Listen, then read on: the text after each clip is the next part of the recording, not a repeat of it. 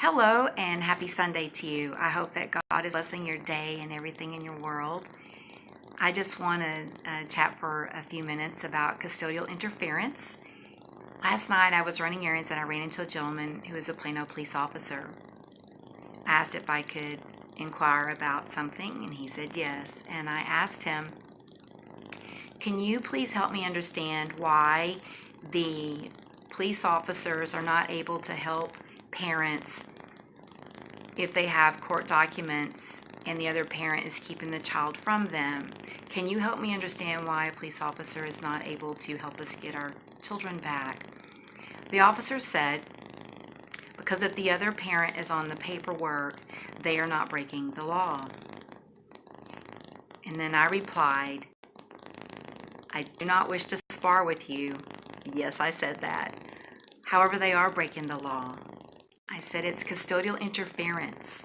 And in the state of Texas, that is a felony. And the officer said, can you quote the law reference to me? And I said, I do not have total recall on that at this moment. May I give you my card? And I said, I'm not hitting on you, but if you reach out to me, and yes, I said that. I said, because I'm being very literal and I would love to get you the information. The officer took my card and he said he would reach out. I don't know if he will or not. It's irrelevant at this point if he will or not. He said, we're here to help and I'm going to look into this. And if by gaining knowledge, he said, because I'm always looking to learn and to grow. And if I can gain knowledge that will help, then I want to do this. That conversation, it gave me goosebumps because if you're not a parent experiencing custodial interference, you will not relate to what I'm about to say. You won't understand it. But those of you that are watching this that know me, you know that I'm speaking truth. You know, because I'm just a straight shooter. Most of us that have been separated from our children, we're isolated. We feel isolated, and there are very few people that we can talk to that truly understand what we're going through. There's very few that we can have this conversation with that are on the same level with us regarding what's going on and understanding our pain and isolation and frustration. So for me, having a conversation with someone in authority that has an opportunity to help us get our children back, to help make a difference, it was impactful. It was just wonderful. It gave me hope. And I just wanted to share it because I think that we need to share the good things when something good happens. We need to share the positive, because parents that are being blocked from seeing their children, we have enough negative being tossed at us. We have enough of the toxic nonsense, if you will. We love to hear the good stories. It's very healing for me anyway.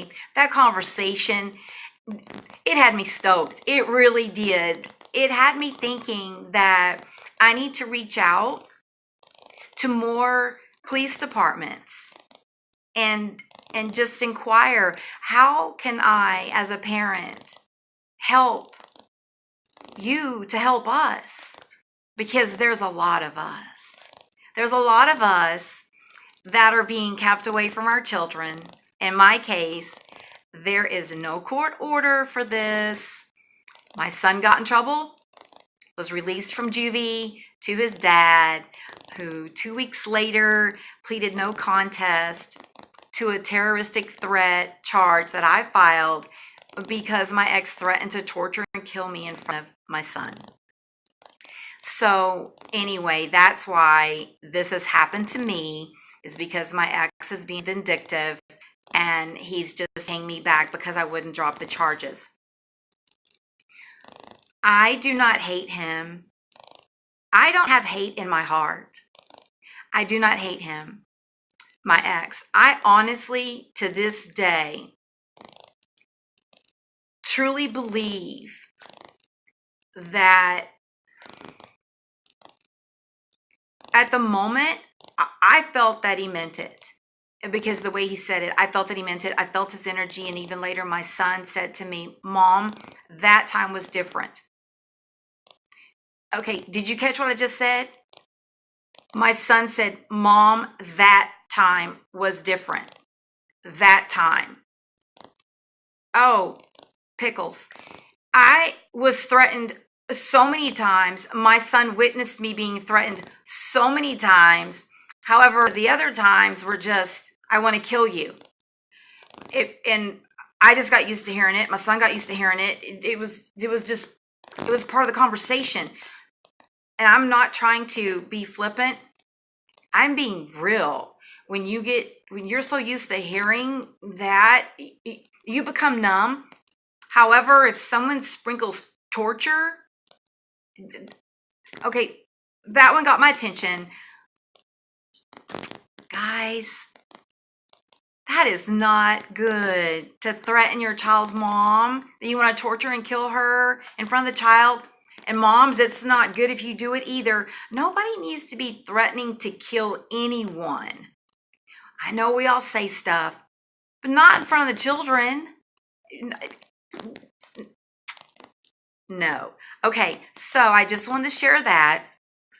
And then I just want to say that if you're going through this, I personally would use the terms custodial interference with your attorneys, speaking to your ex, if you're able to talk to them, because it's a felony in Texas. It's a felony. It's also a felony if your ex entices your child to stay with them. My ex did this. My ex enticed my son to stay out there until the light him he didn't want to come live with me because my ex promised him a paintball company. It's been over 2 years. There is no paintball company. No.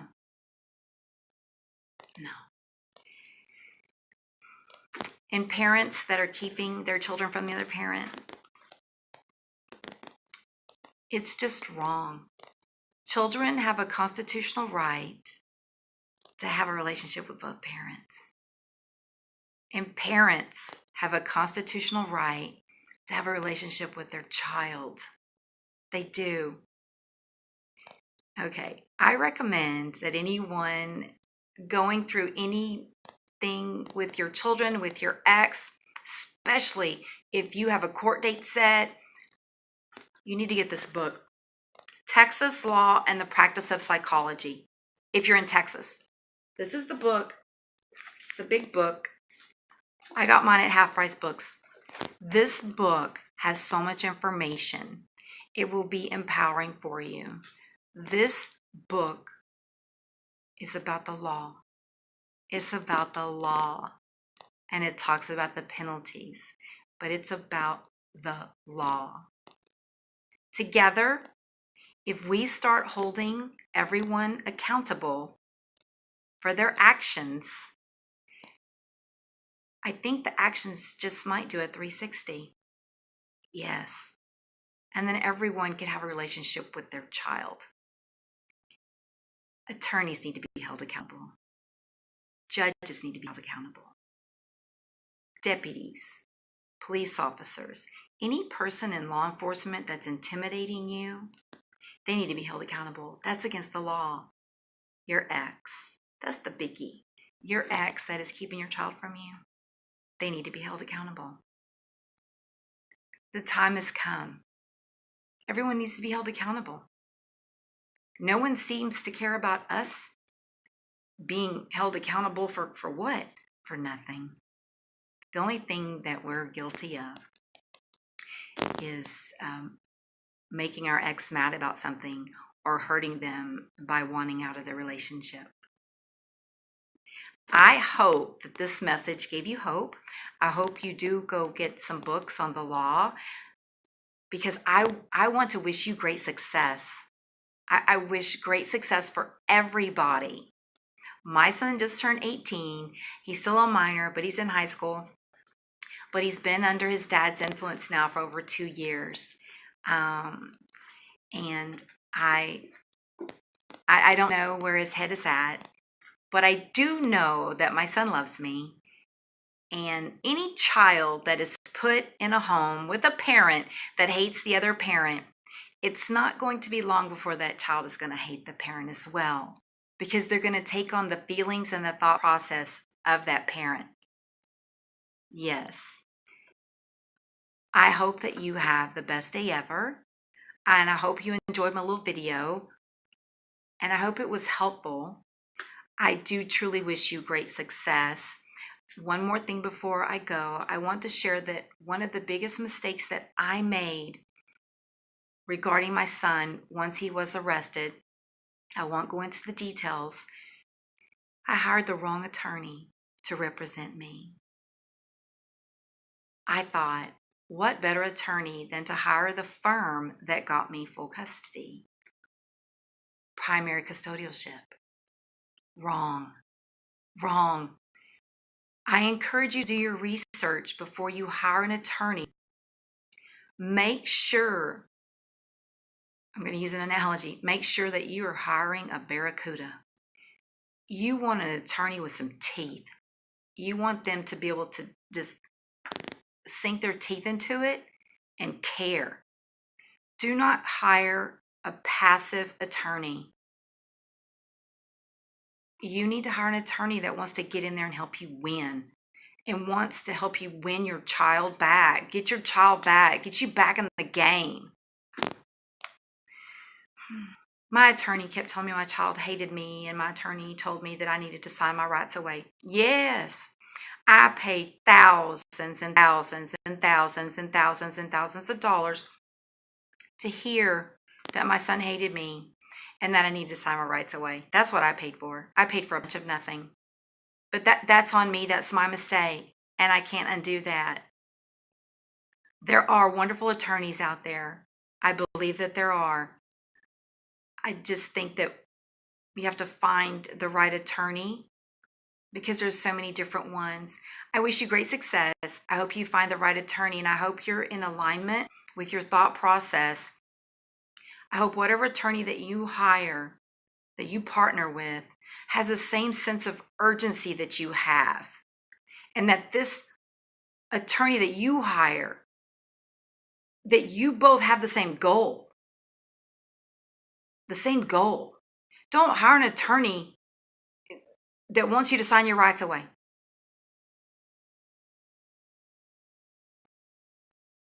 My attorney didn't say that, till later on.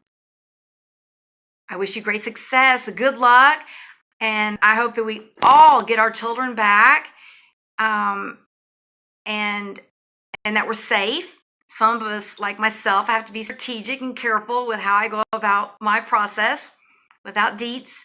But some of you, your children love you, they miss you, and your life is not in jeopardy.